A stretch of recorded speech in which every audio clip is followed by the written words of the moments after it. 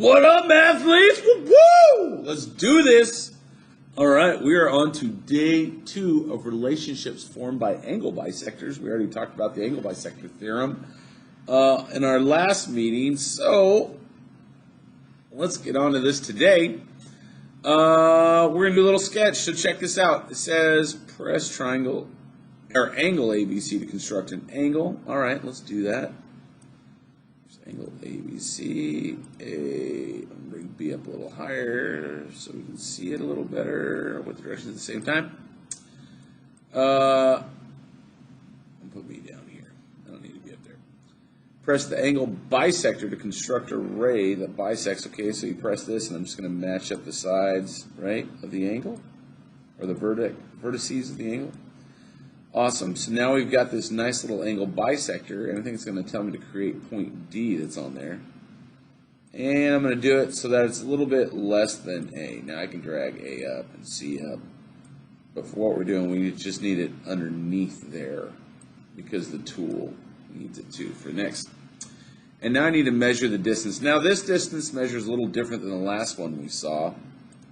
So no, it has these weird things right here. So first, I'm going to match this up over with A, I'm going to match this up over with B, and then it's just going to draw, this is going to force it to draw a perpendicular line so that we can have that perpendicular distance there. And we're going to do that twice. There we go. I want to make sure the line's right up. And notice, what do we notice about these two distances? They're identical. In fact, no matter where I draw D, right? That's why I want to do A up, because it disappears, doesn't go past that. But no matter where I move D along this angle bisector, those perpendicular distances from the line are congruent. Okay, so we're going to go to the next one. And it's going to want us to draw a triangle this time. So I'm going to draw it up here again, just trying to keep it to where it's visible with our directions. And it's going to ask us to do... let's see the point, and it's going to say, all right, go ahead and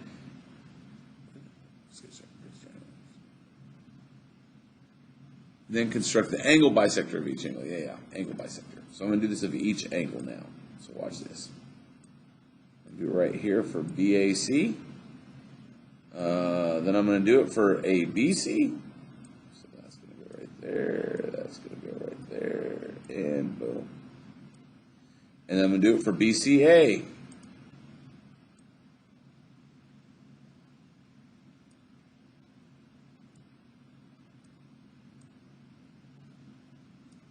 Notice they all meet right there at the end center. This is different than the circumcenter. Circumcenter is different. This is the end center. And I believe the next thing it's going to have us do is do the measuring tool. Yep. So watch. I'm going to do it to each point, or on each side. So on side AC, we want to get that vertical distance there, that perpendicular distance. I'm going to do it on side AB. And then I'm going to do it on side BC.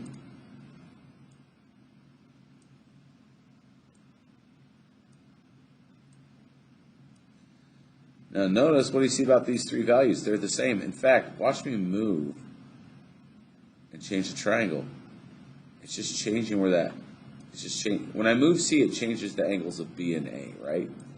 And when I do that, it does change where the incenter is, but it does not change the fact that the distance between all the incenters, the perpendicular distance to their side, is congruent. Awesome.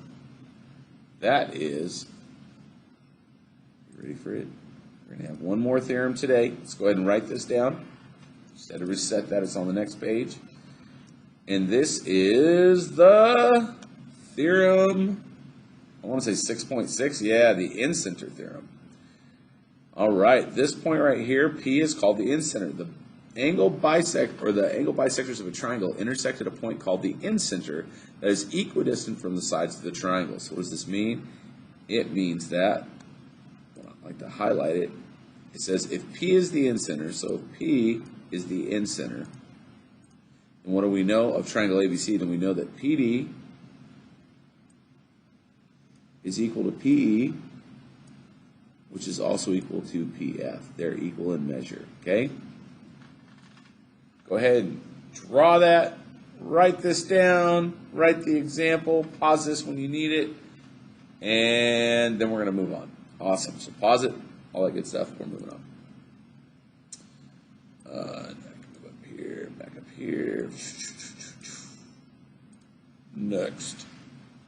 That's the incident theorem. Not too bad. Not too much writing. Only one theorem today. Hey, you're welcome.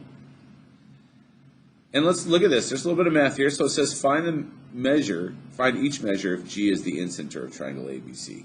Okay, so let's look at this. First, let's talk about the measure of angle GAF. So what am I wanting to find? I want to find the measure of angle GAF.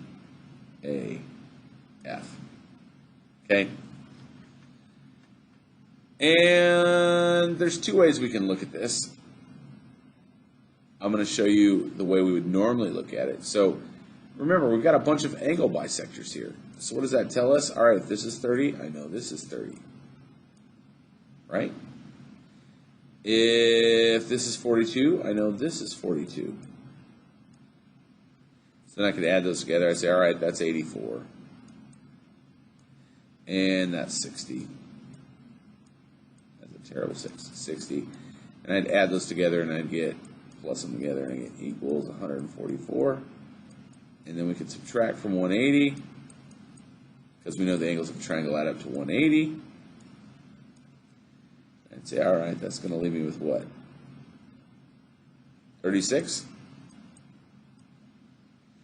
And I'm going to divide that by 2, right? Because I just want half the angle. Since this is an angle bisector, if I know the whole thing is 36, I want just half. So half of 36 is 18.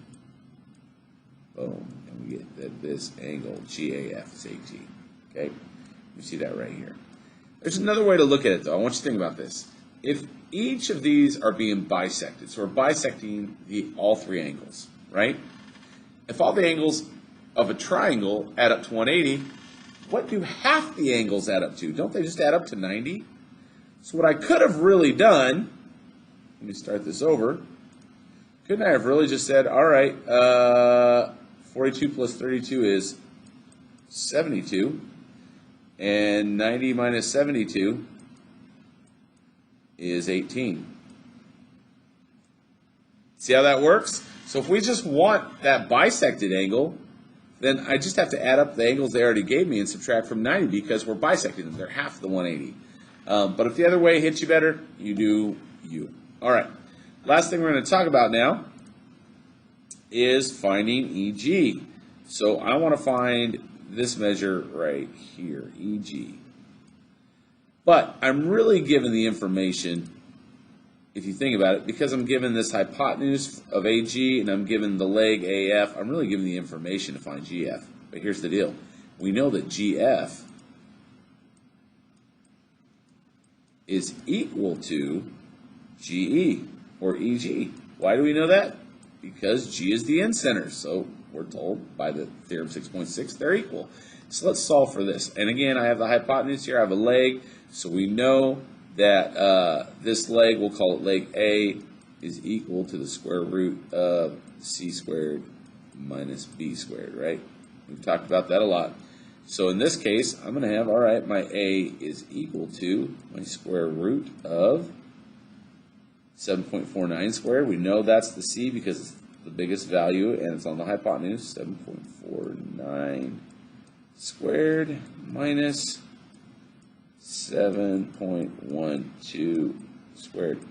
All right, honestly, now that we've done these a lot, guys, as long as you write this down and I know what you're squaring and subtracting, you can do the rest on a calculator. I'm going to get 7.49 squared. Why don't I just do this whole thing? If you get one of these, you can do the whole thing all at once. One of those nice little pink 750 calculators. Square root of 7.49 squared minus 7.12 squared,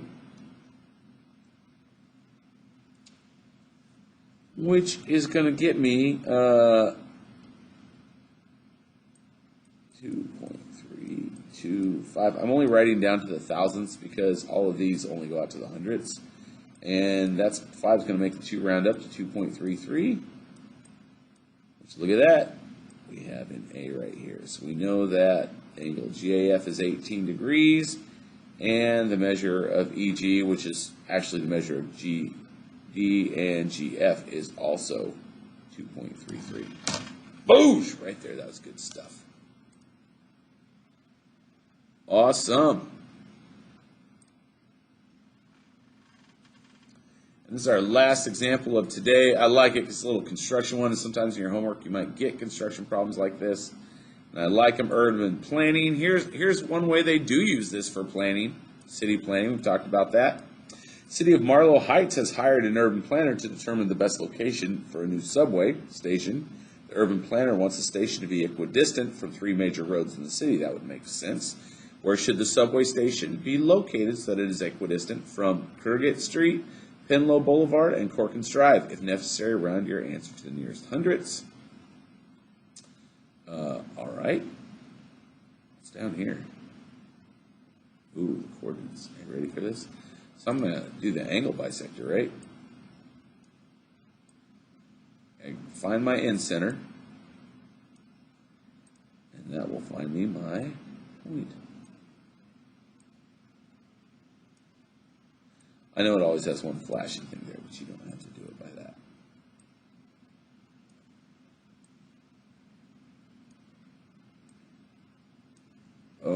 So what's my point right here? It said to round to the nearest hundredths if we had to. 8.42 and 6.57.